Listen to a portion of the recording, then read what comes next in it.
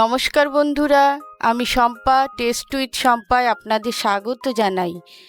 আজকে আবার আমি একটা নতুন রেসিপি নিয়ে এসেছি, একটা চাটনির রেসিপি। এতে যেসব উপকরণগুলো আমি দিয়েছি সেগুলো ডেসক্রিপশনে সব দেওয়া আছে, আপনারা দেখে নেবেন। চলুন এবার শুরু করি।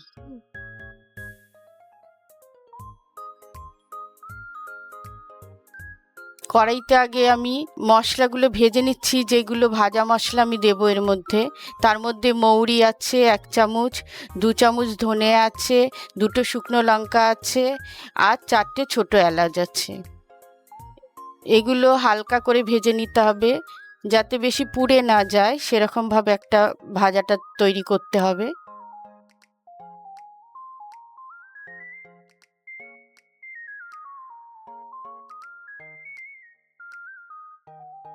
ভাজাটা যাতে পুড়ে না যায় তাই জন্য নাড়াচাড়া করতে হবে।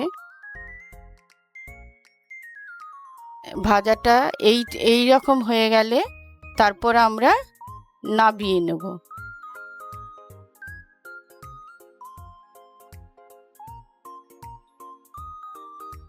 নাবিয়ে ওটাকে একটা গুঁড়ো পেস্ট করে নেব মিক্সির জারে দিয়ে।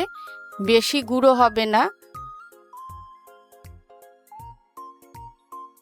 আধ ভাঙা করে পেস্ট করে নেব আমি এটা। এবার আমি কড়াইতে তেল দিচ্ছি।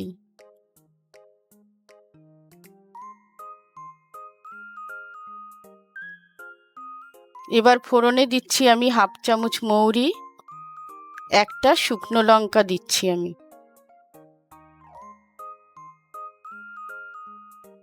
একটু নেড়ে চেড়ে নেব।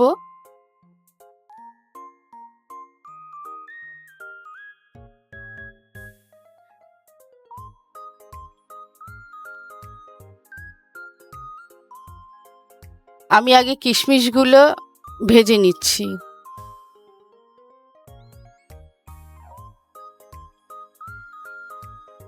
কিশমিশ ভাজা হয়ে গেলে আমি একটা টমেটোর পেস্ট বানিয়েছি। মিক্সিং জারে দিয়ে আমি একটা টমেটোর পেস্ট বানিয়েছি, ওই পেস্টটা আমি কড়াইতে দিয়ে দিলাম। এভাবে বানালে চাটনিটা খেতে বেশি টেস্ট লাগে, ওই জন্য আমি একটা পেস্ট করে নিয়েছি টমেটোর।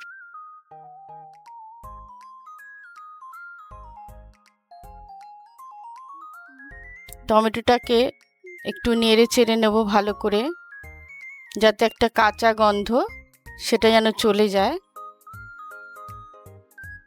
তারপর আমি একটু নুন দিয়েছি, 4 চামচের 1/2 চামচ নুন দিয়েছি আমি।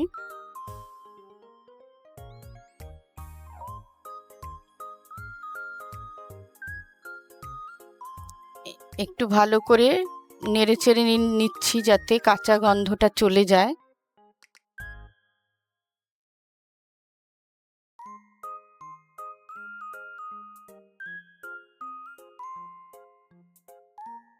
এবার আমি এর মধ্যে দিয়ে দেব 200 গ্রাম খেজুর। খেজুরটাও নেড়ে চেড়ে নেবো ভালো করে। এবার দিয়ে দেবো 100 গ্রামের মতন আমসত্ত্ব।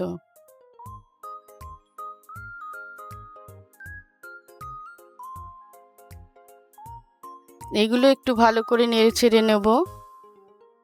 খেজুরটা যখন একটু নরম হয়ে আসবে তখন আমি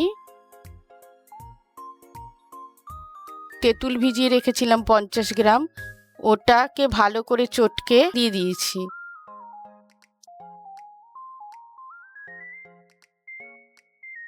এবার দিয়ে দিলাম গুড় দিয়েছি 200 গ্রাম,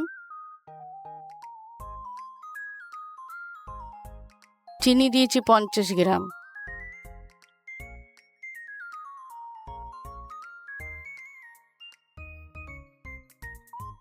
এইভাবে চাটনি বানিয়ে চাটনিটা খুব টেস্ট হয় তেঁতুলটা দেওয়াতে।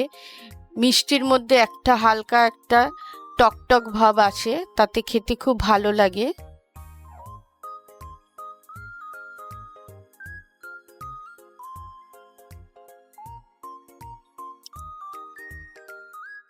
এটা 5 মিনিট এটা ঢেকে দিয়ে এটা হতে দিতে হবে। যখন এই রকম হয়ে আসবে চাটনিটা, গাঢ়ত্বটা এইভাবে এতটা হয়ে যাবে।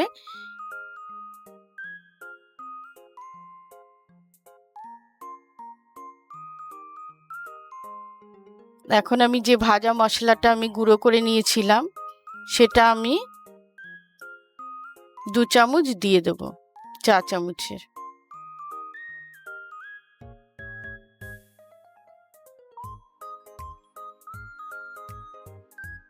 এটা খুব তাড়াতাড়ি এই চাটনিটা হয়ে যায়, খুব সহজ পদ্ধতিতে এই চাটনিটা আপনারা বানিয়ে খেতে পারেন। এই চাটনিটা স্বাদ একটু অন্যরকম, খেতে খুব টেস্ট হয়।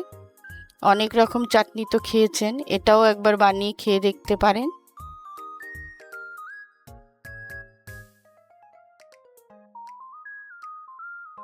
এখানেই আমার চাটনি বানানো শেষ হলো। আমি এবার একটা বোলের মধ্যে চাটনিটা ঢেলে নিচ্ছি। দেখুন কত সুন্দর লাগছে দেখতে, দেখেই লোভ আসছে খাওয়ার জন্য। আবার আপনাদের সাথে দেখা হবে নতুন একটা রেসিপিতে। ধন্যবাদ।